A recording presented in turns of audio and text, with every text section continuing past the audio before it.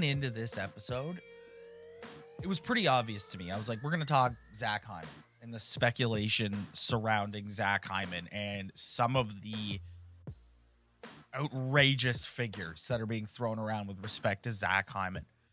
But I was thinking before we started, and I'm like, no, I want to start with something different. And so Steve Dangle's been getting a hard time this week on Twitter. People upset that he's not that stoked going into next season. And I'm going to take his side on this one, and I'm going to say, neither am I.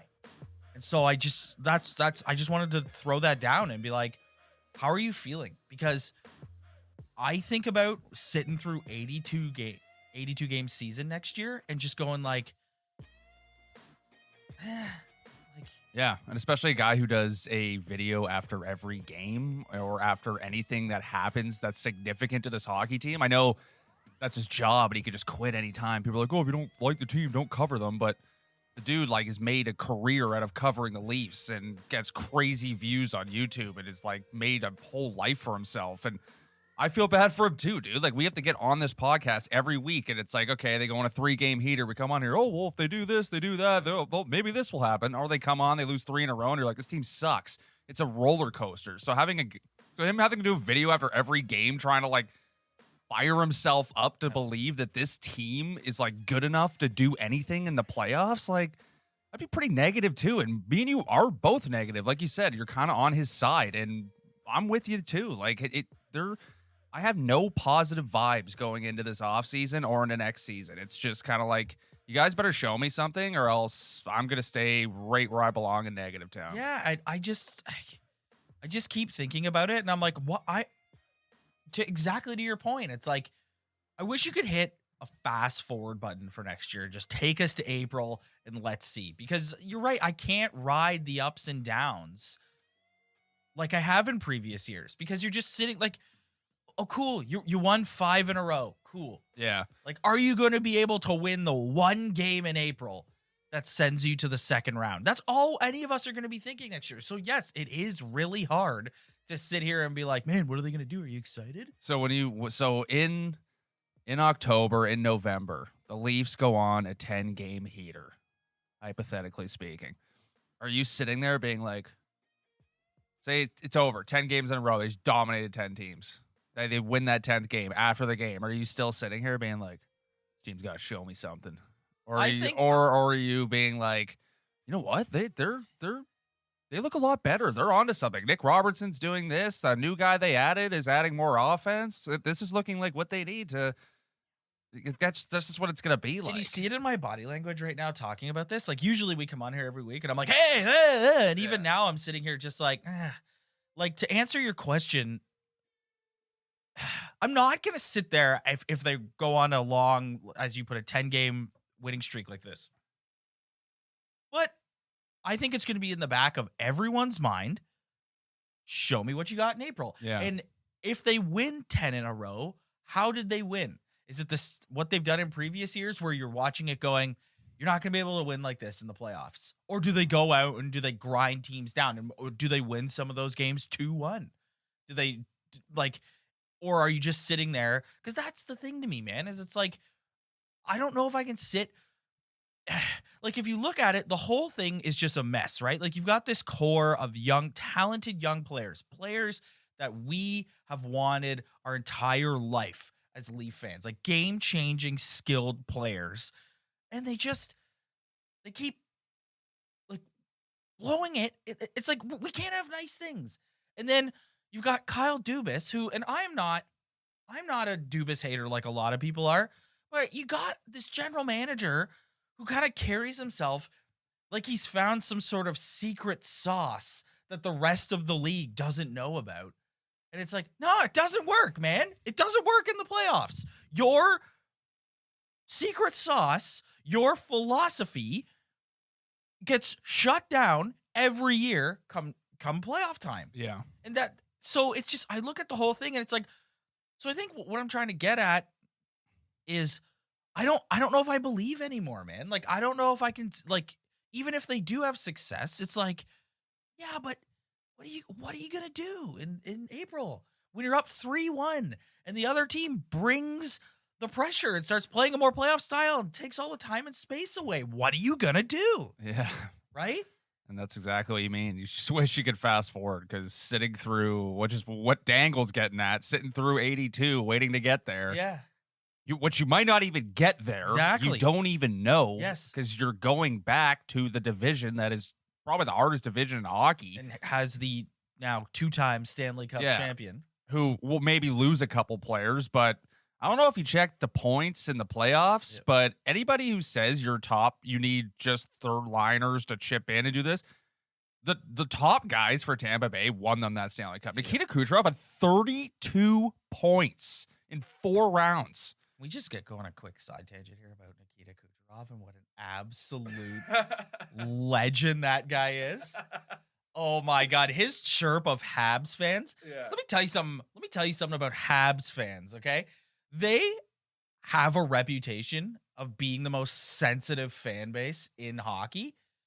They've earned that reputation. We still have people. Your team won, and you went all the way to the Stanley Cup final. Why are you commenting on a Maple Leaf podcast video from a month ago? Like I don't know. And after Kucherov, when he's like, they acted like they won the Stanley Cup after Game 4, and they're all like, this guy's got no class. Look at this class. Doesn't need class. He's a 2-time Cup winner and absolutely dummies everybody. Yeah, is 32 points in the playoffs. Like that's video games. Like that guy's ridiculous. Yeah. Like he might be the best player in the NHL after that display. Like so. Whoa. Anyways, cheers to Nikita Kucherov because that was just an outstanding post-game celebration. Yeah, it really was. I love watching Habs fans get so up in arms about it because, man, they're nuts. They're nuts. Yeah, they suck. Yeah. Anyways, full circle. Sorry, folks. So I gotta say, like, anyone who's given Dangle a hard time, like, I'm with him. I really, in all my years of being a Leaf fan, basically since I was a young child, I never remember a time where we lived through the Peter Horachek years, right? Or year.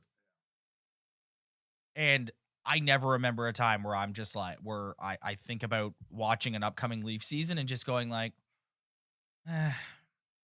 it's just, they're unlikable too. Like the players are, I'm sorry. Like the floodgates are opening. Yeah. Every time I watch the Toronto Blue Jays. Yeah, I was about to bring that up. Every time I watch them, all right, they make me, and I don't want to do this because I don't want to make everything about the Leafs, but watching the Blue Jays and the way they play and the way they grind and how hard they work and just like how much they give a shit, it makes me mad at the Leafs because I watch this and I'm like, this is all we want. This is all we want. And it's just very clear watching this young Leaf core that like it just, and I know people listen and they go, what do you mean they don't care? Of course they care. And it's like, yeah, no, I know, but like do they though? Yeah. Yeah. Yeah. I don't know. It's just like, yeah, it's tough, man. I'm really struggling. Yeah. Like this is turning into a therapy session for me. Like I'm really sitting here going like, so what? We got another 2.5 months of sitting around and projecting and waiting. Yeah, and you know, like it's there's starting to be some movement, and we're gonna talk about Zach Hyman, but like if the only way that they could really get me recharged, I'm sorry, is to trade Mitch Marner. And there's people who hear that and they're going to be like, why would you give up a skill play? And it's like, we've said it before on this show. I am not disputing the skill that Mitch Marner has, the upside that he has, like his point totals. I'm not disputing any of that. What I am saying is you signed these core players to these contracts pre-pandemic with the intention of the salary cap continuing to rise. It's not. There was a pandemic. The cap is flat. It will be for a long time. So I think it's time to reevaluate. And you have to look at, like, You know what worries me, man? I gotta believe Kyle Dubas and Brendan Shanahan know their jobs are on the line here, and I gotta think that they're smarter than saying we're just gonna run it back with these guys and hope that they figure it out, because you're gonna be looking for a new job this time next year if that is what you do, Kyle. If that is what you do, and listen, I will come on here if they win a round. I will come on here and you can put a big bowl of crow down in front of me and I will eat it. But I believe so strongly that if they run it back with relatively the same group and tweaking along the outside, we'll be here again next year. I think they're kind of damned if they do, damned if they don't. If they stay with the same team and keep Mitch Marner, keep everyone, run it back, lose in the first round, they're done. If they trade Mitch Marner, somehow make the playoffs, lose in the first round, they're done. So they have a decision to make. It's like, do we die with the guy we've been riding with for all these years and who we drafted and who we love, or do we try to make a deal and swing for the fences and hopefully they'll save our job? I honestly believe Mitch Marner is not going anywhere. Yeah. That's not happening. I just feel like they have other priorities on the top of their list, and to trade a guy that I think they love. I don't think they see Mitch Marner like the way we see him or the fans see him. I think they think he's great. He just had a bad playoff. They're not sitting there being like, oh, we got to get rid of this guy, we're not happy. No, they're probably sitting there being like, well, if Mitch does this the next playoff like he's capable of, then we'll be able to make it through. I think there's a 0% chance that any of the top guys are getting moved. Like zero. It's not happening. No, I don't. I know. It's not happening. All right, speaking of priorities, let's talk Zach Hyman. So, love Zach Hyman. There have been no bigger Zach Hyman fans than you and I. But I got to tell you, man, some of these numbers that are getting thrown around. Yeah, crazy. Yeah. Like, he's 29. You're going to give this guy a 7-year deal? And if you're him, I get it. Like, you want to cash in. This will probably be the last big contract you ever sign. Yeah. But 7 years for Zach Hyman? Which is funny because I'm pretty sure if you go back in our archive, there's at least one episode where me and you are like, you got to pay him.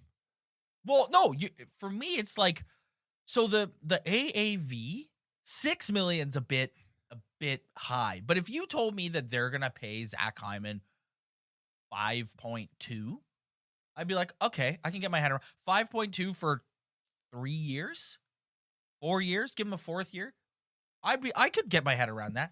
For me, it's less about the money and more about 7 years. He's 29. Has like his injury history, if you're a Leaf fan, speaks for itself.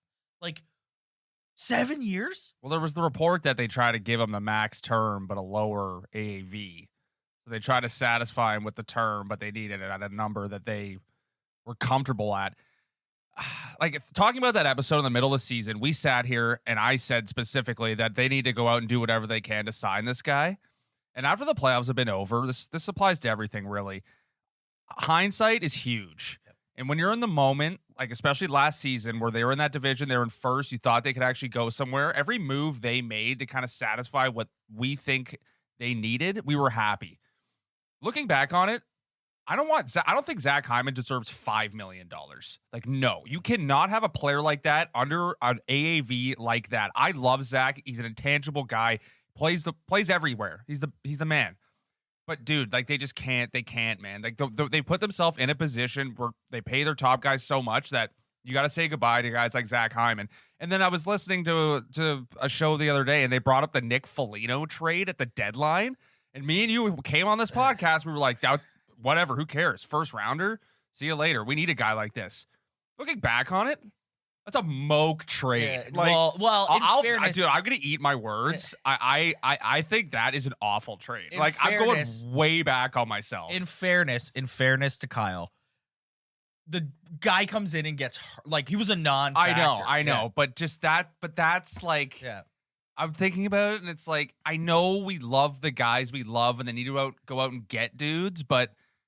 I was listening to somebody diagnose the Tampa Bay Lightning and what their problems are and who they're going to lose. But they're like, oh, but if you look at their AHL team, they actually got a couple like dudes down there who are like pretty legit. And I'm thinking, and I'm like, I loved that Foligno trade, but you can't be giving up first rounders for guys who are like a question mark. Yeah. Like, even though that's totally going back on what I thought it was a great trade at the time. But and like I said, if he came in and was like a difference maker, we'd still be we would be talking about it differently. Yeah. But he came in, he got hurt 5 minutes after he got here, and he was a non-factor. Yeah. Like, name me, I think it was game 2 of the series against the Habs where he was like noticeable, and that was the only game in his Leaf tenure where I would say he was noticeable. Yeah, I think the philosophy I'm taking when I think about the Hyman deal and who they're gonna pay or who's gonna fork out that dough for him, and then how the Leafs bottom 6 is getting affected by all this. You paid your top guys the money, okay? That's the way your team is built. You can't go back on that. You're not moving them. They're not gonna move them, I don't think. They're going to keep that. And to me, you're going to have to say goodbye to guys like Zach Hyman and dudes who are around that $4 or $5 million range. Yeah. And you got to try to just plug it in. Just plug it in. Like, Nick Robertson's going to have to play a big role on this team this season.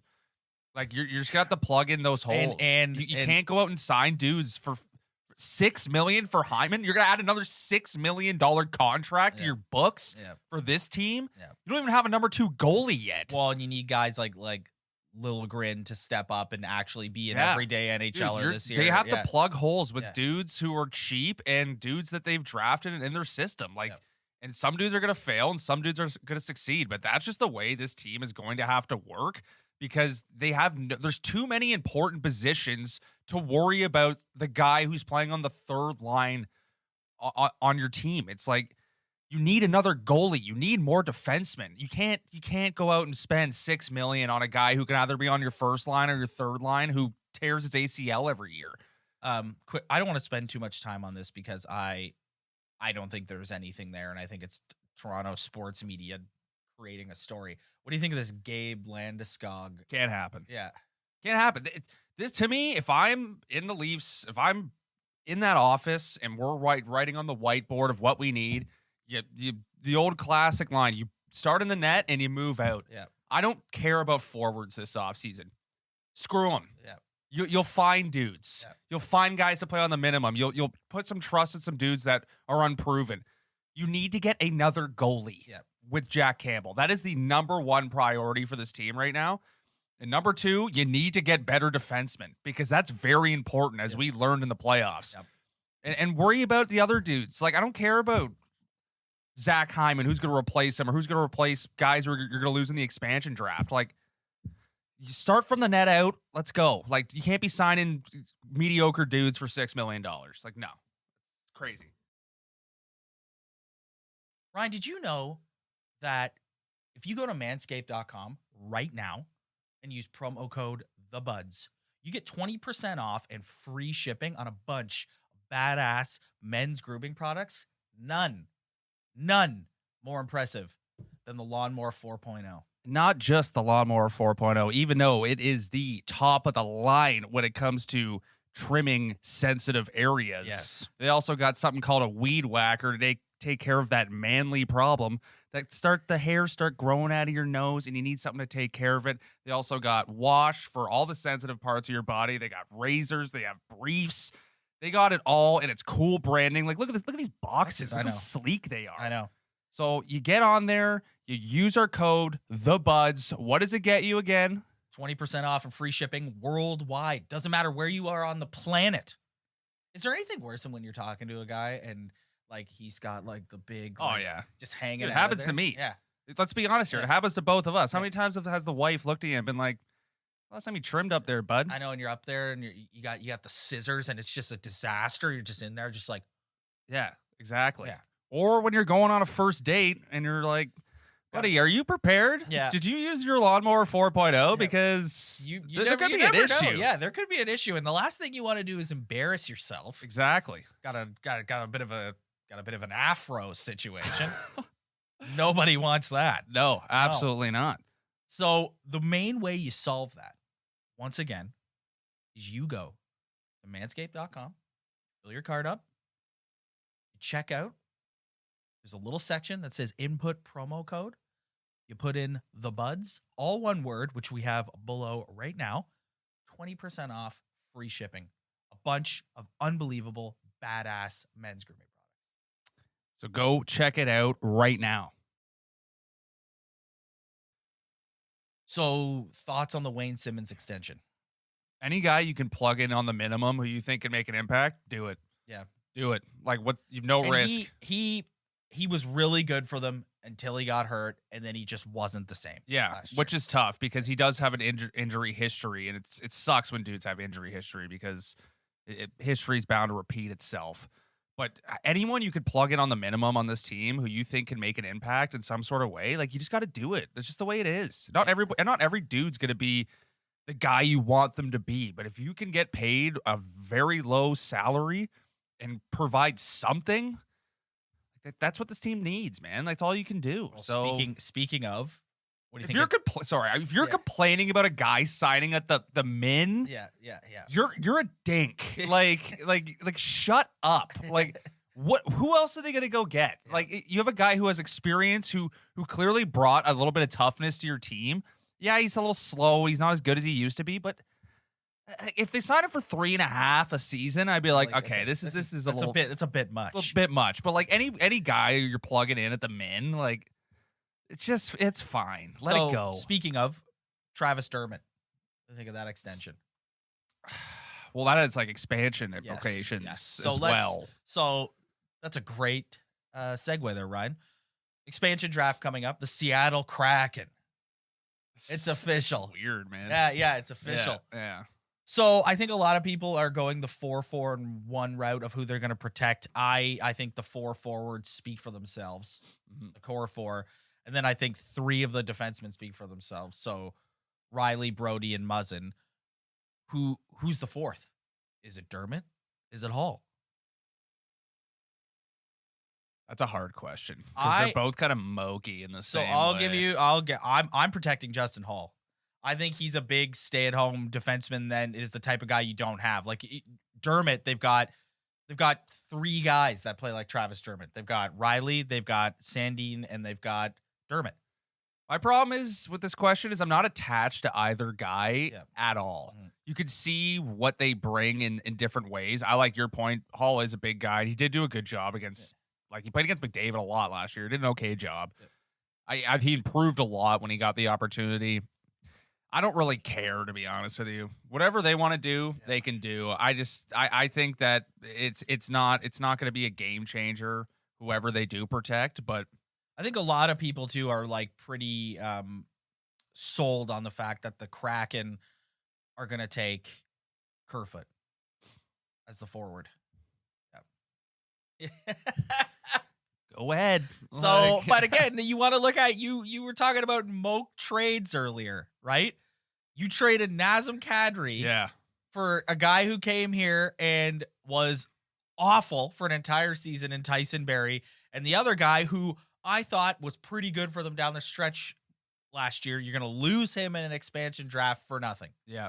Kyle, I'm sorry, man. Like, I don't want to be one of these people, because some of the people who like go in on Dubas, like, it's such a shtick, and it's like I'm not, but he's not. I don't think he's the wonder boy that people paint him out to be. I think he's done a lot of good, impressive stuff. I think some of the contracts he signed, some of these players too, like Jason Spezza, like TJ Bro, like he's definitely done some good stuff. Jack Campbell, but he also has done a lot of like questionable stuff. And but there's the argument to be made. There's the Mark Bergevin argument to be made. Yeah. 9 years on the job. And it's like, I do think it's true that I think we as sports fans, and particularly this city, are very quick to fire people. And so if he gets fired, like, we're starting again. Yeah. Yeah, I don't know. The way I see Kerfoot, I just went off on a Dubas tangent. If Kerfoot's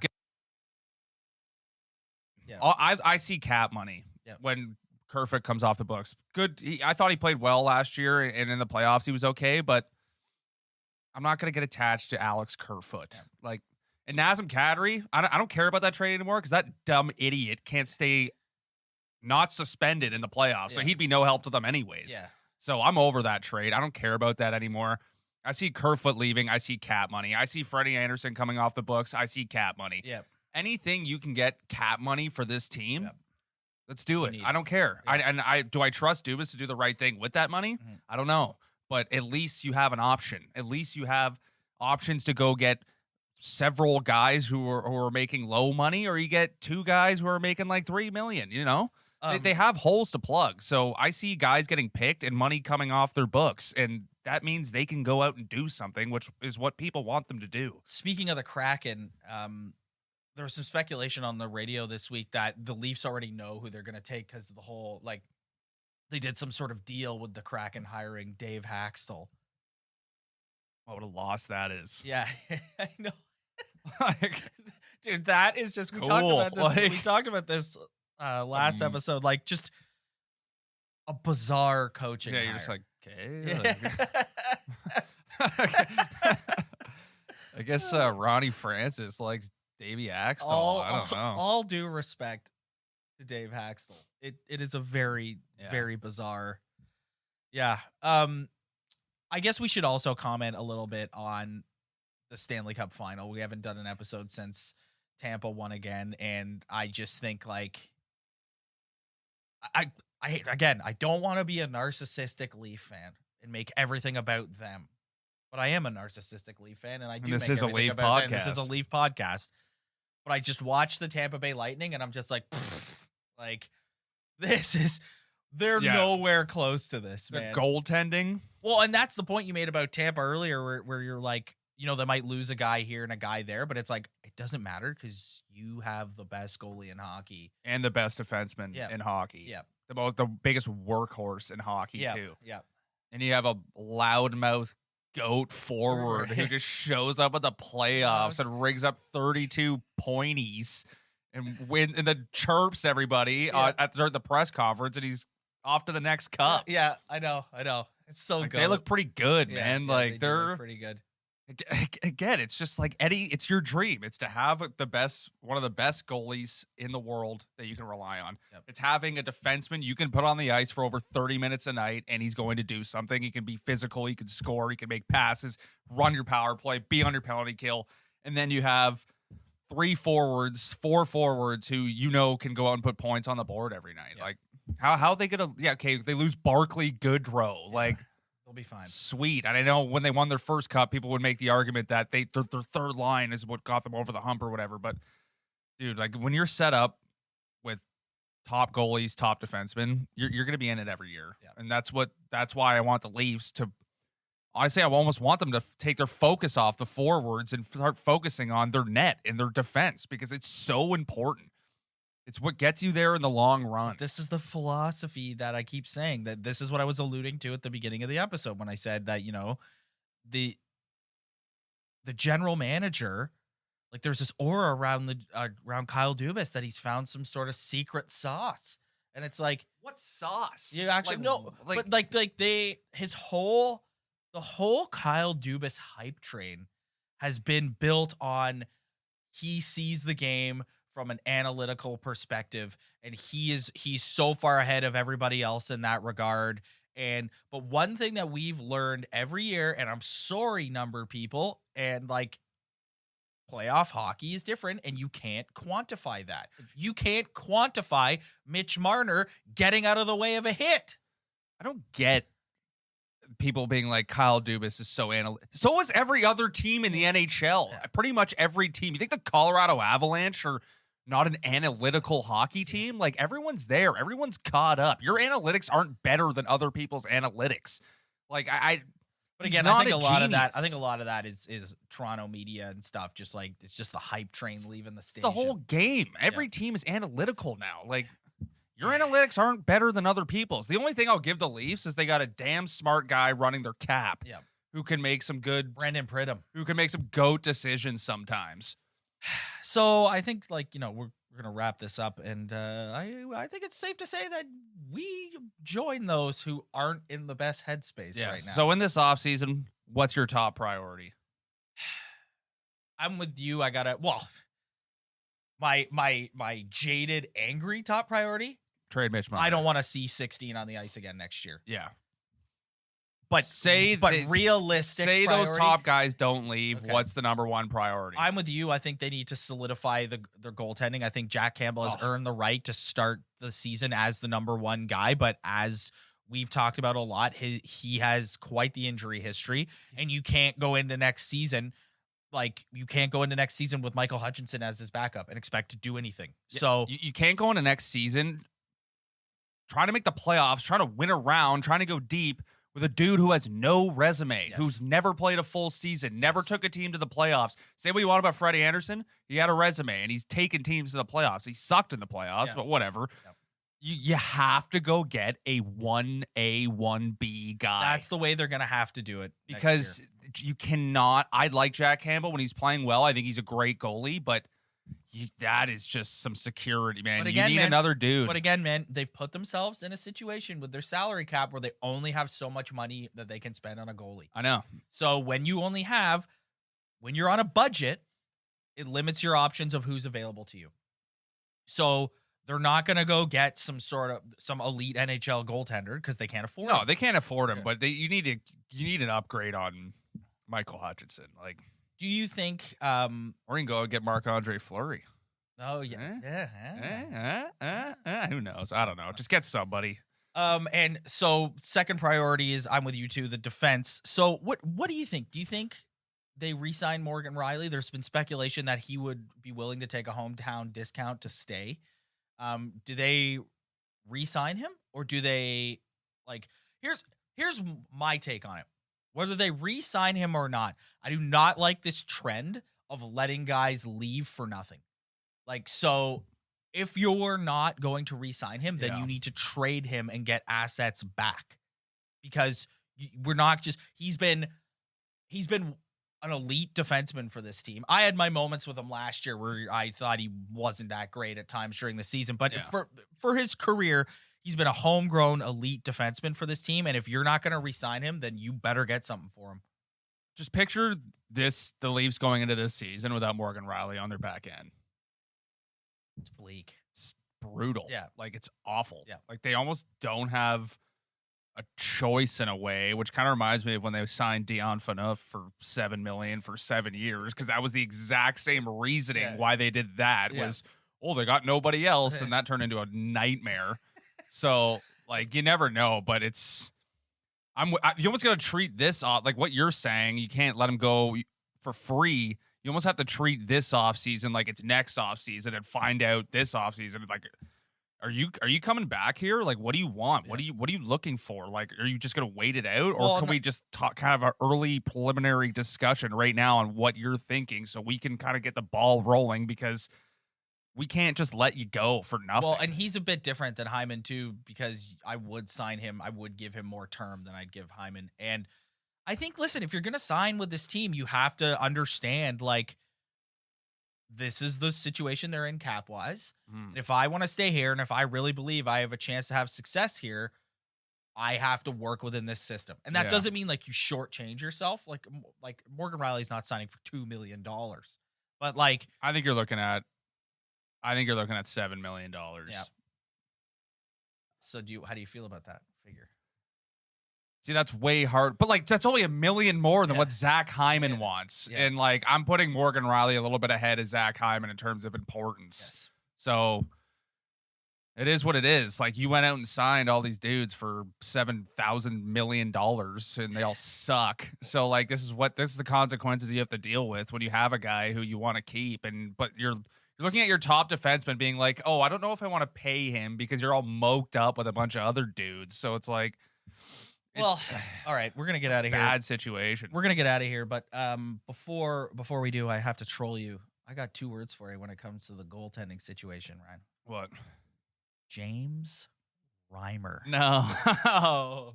He's a legit possibility. Everyone knows how much I hate James Reimer. Can I tell you something? You're in the minority on that. Come on. He was brutal.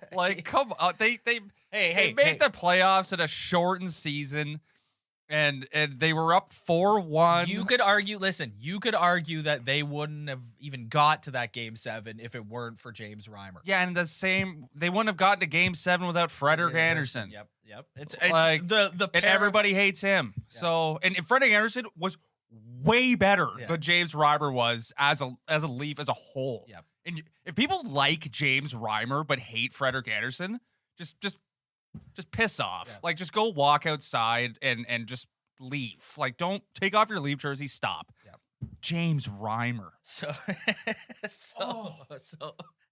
No. Well, so that's going to do it for us this week. Thanks for checking us out, everybody. If you like what you see, head to our Instagram at Talkin' Buds Podcast. Like, subscribe, tell your friends. We're going to be back periodically over the summer. We're going to take the same approach this summer that we took last summer, which is when something happens and there's something to talk about, we're going to jump on and talk about it. Why is that, Ryan? Because we don't deal.